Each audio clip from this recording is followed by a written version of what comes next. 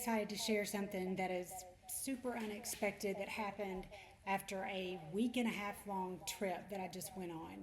So I want to tell you how I accidentally discovered the secret of carnivore for me, because I tried it a long time. It did not go like other people said, and I just thought, well, I don't have the control they do, or my food addiction situation is just worse than theirs. Um, I don't know. I had a lot of reasons why I thought it just did not work for me. So then I thought, forget it. I'll go back to trying keto. But my situation was getting worse and worse and worse. And I have some addictive behaviors that lead to some unhealthy solutions. And I don't know. I just did not want to be pulled back in that again, but I was. The situation that I had, I made a few notes so I don't skip anything. The problem with keto is I would do it, I would not have flour and sugar until I didn't. And once it would be after school, I'm a teacher, it'd be about 2:30 and I would start having, like, I guess I would be getting hungry because we eat lunch so early. I would start having food thoughts, and I have to pass Publix, which always has things like ice cream, buy one get one free, and Dollar General. It would be, I would think, I'm not going to do it, I'm not going to stop. And then usually by the time I hit Dollar General, I live about 20 minutes out. I had so many things in my head that I thought, well, I could get this and this and this and this, and just do it, just eat it all. Have yourself a big hooray, and then just start back over tomorrow. And I lied to myself and did this many times over the last few months. And I mean, it would be totally embarrassing. I'd have to act like I was buying stuff for a party or something. Um, but then I'd go a few days, I'd be fine, a few weeks, and then bam, it would hit again, and I was off. So my weight I wasn't really gaining a lot, but I for sure wasn't losing. I was in prison again, and I had tried keto, I guess, a year or two ago. I'm sorry, carnivore, a year or two ago. But what happened was, I'm such a quantity addict. I want the more the merrier. So I started out, and I really was not fat adapted. I didn't realize that I was also doing a pretty low fat version of keto. So when I started, oh my gosh, like I remember eating a thing of ground beef that I made in the skillet, like hamburger meat, and I can remember dipping my spoon in there with the grease. I hadn't even drained it, and it was so good. Like I remember I ate that whole thing and almost most of the grease, and I thought, I cannot believe how good this tastes. And anyway, after a couple of days, it no longer tasted good with the spoonfuls with the grease. I know that sounds terrible, but that's just where I was. So then I would drain it and eat it like a normal person, but not there's a problem with eating the fat. But anyway, so but I was thinking, all right, they said you can have whatever you want, meat, dairy. For some people, said that's okay, so I'm just gonna have it. So I was eating large amounts of, I got brown butter, which some people say you can't eat more than one or two of those, or just too rich. Not for me. If mine are really thin, and it was like some kind of cold saltwater taffy. I loved it.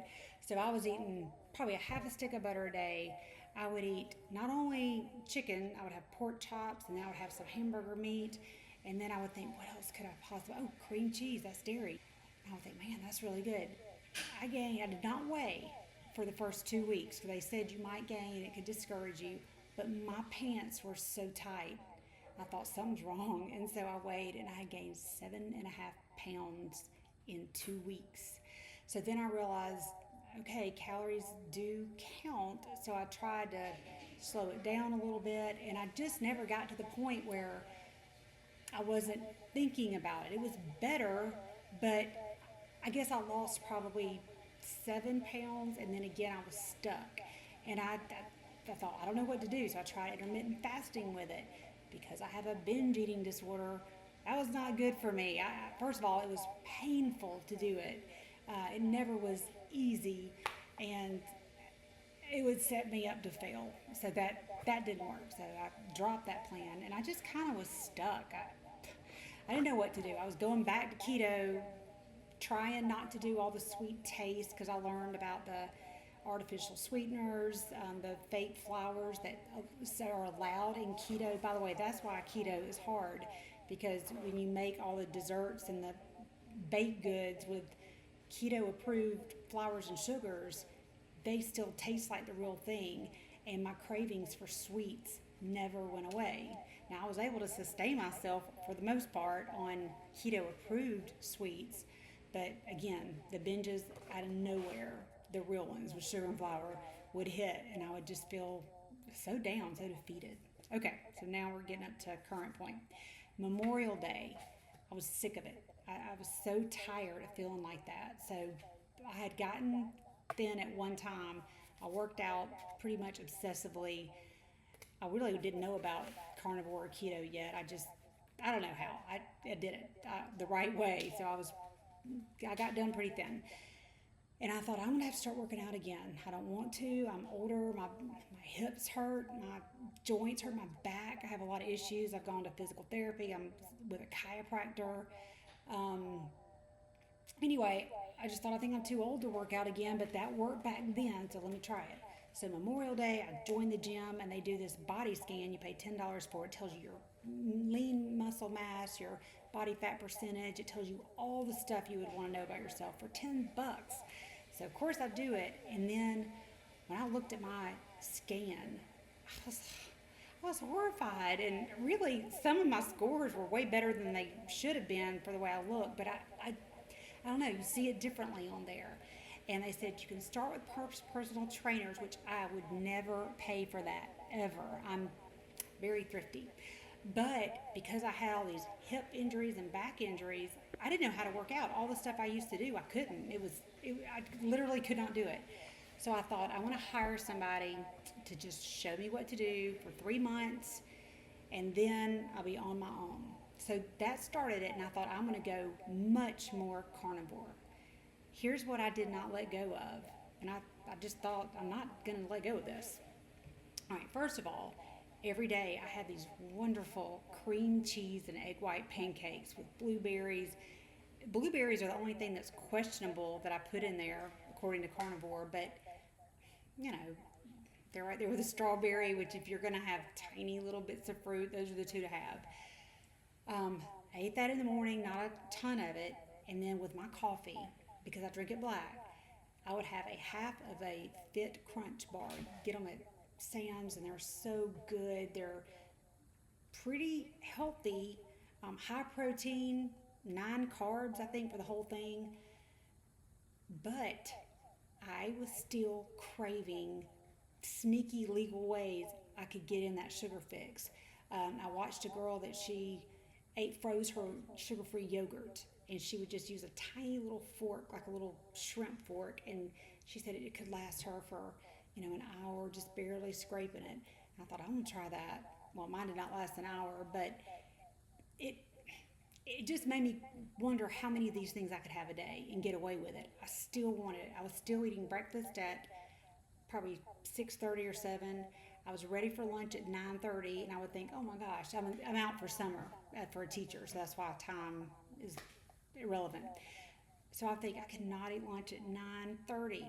Let me get a yogurt. And then at 11, I think, oh, okay, I can eat now. So I would eat some meat, and then a couple hours later, I would get that other half of the Fit Crunch bar. Dinner, I would do good. I would eat 100% carnivore. But then late at night, I would think, I'm just going to get one yogurt. It's only got 50 calories in it. It's got like 2 carbs. And I really thought I was free before I left on this trip, because those were my only 2 sweet sugar replicas that I was having, and I was able to eat a lot of the meats. I was losing a little bit of weight, like 3 pounds. Of course, I was also working out again. Then I had this trip that's been planned forever that comes up. So I'm going to read you a text that I sent a really good carnivore friend. Her name is Emily Myers, and she's online. Look up Emily Myers, Myers Carnivlog, because there's a lot of Emily Myers out there. So I sent her this before this trip. I have a personal trainer. I'm on the right track finally with everything, but we're going on a 2-week trip. First, a family reunion, nightmare situation, lots of booze and alcohol. It's not that I want to get drunk. helps with my social anxiety, and I'm going to be around about 100 people I don't know. But that also lowers my food defenses. Next stop, Maine. I don't even like lobster that much, but the anxiety over whether or not to try a lobster roll has brought me to tears. I'll tell you about that in a second. But wait, one more stop. After Maine, New York City for 2 days. The pizza, the bakeries, and we're even going on a food tour. Um, I'm a mess with food anxiety rather than being excited about this awesome trip. So I tell my friend this thinking, I don't know what I'm going to do. And she just encouraged me to stay strong. Don't give in to those cravings. Just keep on keeping on. So we go to the family reunion. We have a breakfast buffet at our hotel. There is nothing at first that I could have. I thought, well, I'm not going to eat. I'm not. Then I saw a hard boiled egg in the refrigerator. So I got two of those. Then I saw a thing of cream cheese and a little packet of peanut butter. Now, I cannot have Jeff at home because that is a trigger for me. But if it's a small amount, it's something I don't have at home, I thought, let me just try it. So I ate the eggs and I mixed the peanut butter and the cream cheese. So good. And I was satisfied and I made it. I was fine. Then we go to the reunion that night. I can't remember what they had now, but um, whatever it was, I got the meat from it. I didn't do any sauces. I think I did do green beans, but none of the desserts. I didn't touch any of the sides. I did get I probably drank a couple of beers at the reunion. They were light, but it was honestly more for social anxiety. I'm not really a big drinker. All right, so I'm fine. The next day, I do the same thing at the buffet. I do good at lunch. Then we go to dinner. I do fine at the reunion. I kind of repeated the same thing I did the night before. And we come back home to pack to go back the next day to Maine. So we go to Maine and we're staying at some nicer places than we did on the reunion. And the breakfast buffets are everything you could dream of. But guess what they also had? They had the eggs for me any way I wanted them. They had bacon. They had sausage patties. One or the other. They always had something I could enjoy. So I thought, all right, Carnivore, I'm just going to do what you say. So I got big helping of eggs, probably like 5 strips of bacon, or if it was sausage, I would get 2 sausage patties. I would eat it, and I would think, all right, and my husband is the anti-carnivore, and I get it because I was him for years. He would pick all the things that I knew I could never pick, but it didn't bother me. I would watch him enjoy. And then here's what I noticed. Within an hour, even though he probably ate as many calories as me, he was like, what have you got for snacks? And I'd say, well, I've got, some almonds, I've got this. He'd be like, well, let me just stop and get something. He snacked a lot on the trip. And then we would go eat lunch, and, I would get, like usually a hamburger patty with the cheese. That's all I would have. And then he, of course, has the hamburger and the macaroni and cheese sides. And then we would, go down the street, and he would want to stop and get something else. And he was like, are you hungry? No, I really wasn't.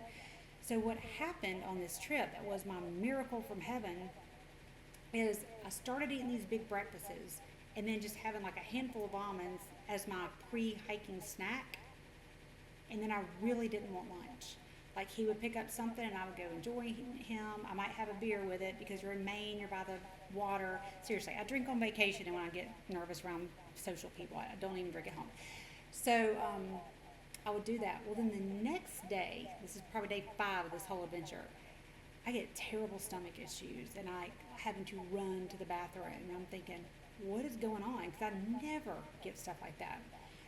So I had to be near a bathroom for 6 hours. So my first stop in Maine, I figured out this lobster roll deal. My friend said, look, all they do is put it on a hot dog bun. You don't care about hot dog buns. She's like, get the lobster roll with no bun and enjoy it, and there you go. So I tried it. It was not good. It was expensive too. They're like $36. But then it came with lobster bisque. I do like bisque. When I make like fettuccine sauce, I do it with, cream, Parmesan, butter. I now I know some people put flour in it, so but I ate this really rich, just a small cup of bisque, and I thought that's why I had tummy problems, and it did add to it. But anyway, I thought, you know what, it is not worth it. I want to be clean tomorrow. I'm going to be clean, and I was. But when we go out at night, because now I'm really only eating breakfast and dinner, which would come at sometimes 6, sometimes 8, sometimes 9:30, and I was fine throughout the day. I would get, a mixed drink, which has some sugar in it. And then I would have these bathroom problems again the next morning, but they would go away a little quicker. So 3 days in a row, and I thought, you know what? I think it's the alcohol. And I forgot that when I had done carnivore for a year, on New Year's Eve, I had one glass of wine. It was not a sweet wine like Cabernet, something like that. No, it was Christmas Eve. I got so sick the next day. It was like I had a stomach flu. I could not get up. I had to tell my kids, they were at their dad's, and I just said, look, don't even come over today. Let's do it tomorrow. I feel so bad I cannot even enjoy it. They're like, wow, we're so sorry. I'm like, I know, I don't know where the sickness came from. And then I tried it again on New Year's Eve.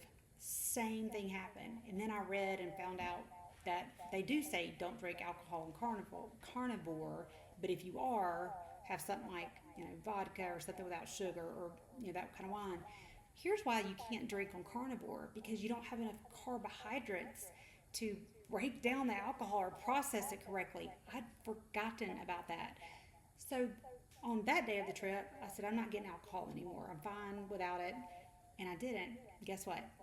No more tummy trouble. I am still able to go breakfast, lunch. I would say the amount of carbs I had the entire day might have been 5 to 10, because like some cheese might have one or two in there, and the almonds. So the last 3 days in New York, okay, we had this food tour, and it was very delicious. It had 3 stops specifically for sweets, but then it also had 3 stops that weren't. It was a pastrami place, Cat's Deli. There was a pickle place that we were going to, and gosh, I can't even remember, something else that was justifiable for me to have. So I'm not as strict a carnivore where they say like never have a vegetable, never have a green bean, never have a blueberry. Like I have a blueberry garden, and I would, before I left, I would pick them and eat a little handful or something. But I really don't think I'm going to do that anymore. So on the food tour, she tried so hard to accommodate me. Like we went to a bagel shop, and she said, you can't have that, right? And I said, I could have the cream cheese. She brought me out a little tub of my own cream cheese. So it was just my husband and I for some reason. So it wasn't like embarrassing that I was eating that and nobody else was. But that was a way to accommodate me. I gave my husband my portion of the sweets. He was in heaven, and I really enjoyed watching him enjoy it. I loved hearing the history of it. I was not sad. I wasn't. Um, so I passed that, flying colors, and I am thinking we're walking 16 miles a day, 12 miles a day. When you hike or you go to New York, you are going to walk a lot. And I was thinking, you know what? Instead of gaining weight, I might have actually lost weight on this trip, because my shorts were a little looser than I was remembering. But who loses weight on a vacation like this? I thought, nah. I had one more part of the story too. Okay, just to be transparent, I did have one thing that I decided I would probably do before I left. The one strong thing I was excited about, a memory I had in New York with my mom, who's no longer here, was when we had some New York pizza. I wanted that so bad. And so the last day, because I can't get it again, I'm never going to buy it here. We did go to this pizza place that has really thin crust pizza, and I would get a bite or two with the crust, and then I would like tear off a little, with, like the regular bites. Then I would tear off tiny pieces of the crust and kind of dip it in the pepperoni and the cheese and eat it like that. And I did not pay for it. I didn't feel addicted the next day. I didn't feel like I lost it that night. And if I did have any kind of like, maybe I want a little something else, I didn't do it, because I thought I'm not going to be tempted to eat from a sugar crash or a carb crash from eating whatever little bit of flour that I had. So anyway, I survived. And what I learned is yes, eat the high calorie, high fat breakfast, and then just see. Try to not eat for lunch or do what I did. Try just a little something to sustain you. And when you get busy, I would think, am I hungry enough to go eat my almonds? And if I wasn't, I thought, then I'm really not hungry. That was my rule for whether or not I would have a snack or lunch. Um, I never did. So I feel so free. It's unbelievable. Like I get it now. It has come to me, but I had to really figure it out for myself. And by the way, we just got home and I'm not obsessed with the scale. Oh, and I didn't count 1 calorie while I was there either. And I'm a big charter and counter. I do macros. I didn't do it one time. I weigh a pound and a half less, and this is in the afternoon, than I did before we left. I did lose weight on the trip. So I came home, I got those Fit Crunch bars, that yogurt, gone. I don't even want to start that over. My blueberry pancakes, there's not enough fat in it for me. And the blueberries, I feel like even though they're not sweet, it does still taste like a sweet treat to me. I do love that breakfast, and I love it in a way that I really shouldn't. Like if you look that forward to something, it's probably it's a addict craving that you still have. So anyway, I'm gonna get rid of it all, and I'm gonna go get some sausage patties and eggs. That's what I'm gonna start having for breakfast, and I'm gonna see if I can do this 2 meal thing a day without pain and without worrying about it. But I don't know where you are in your keto carnivore journey, but I just wanted you to know that you can be free. You can.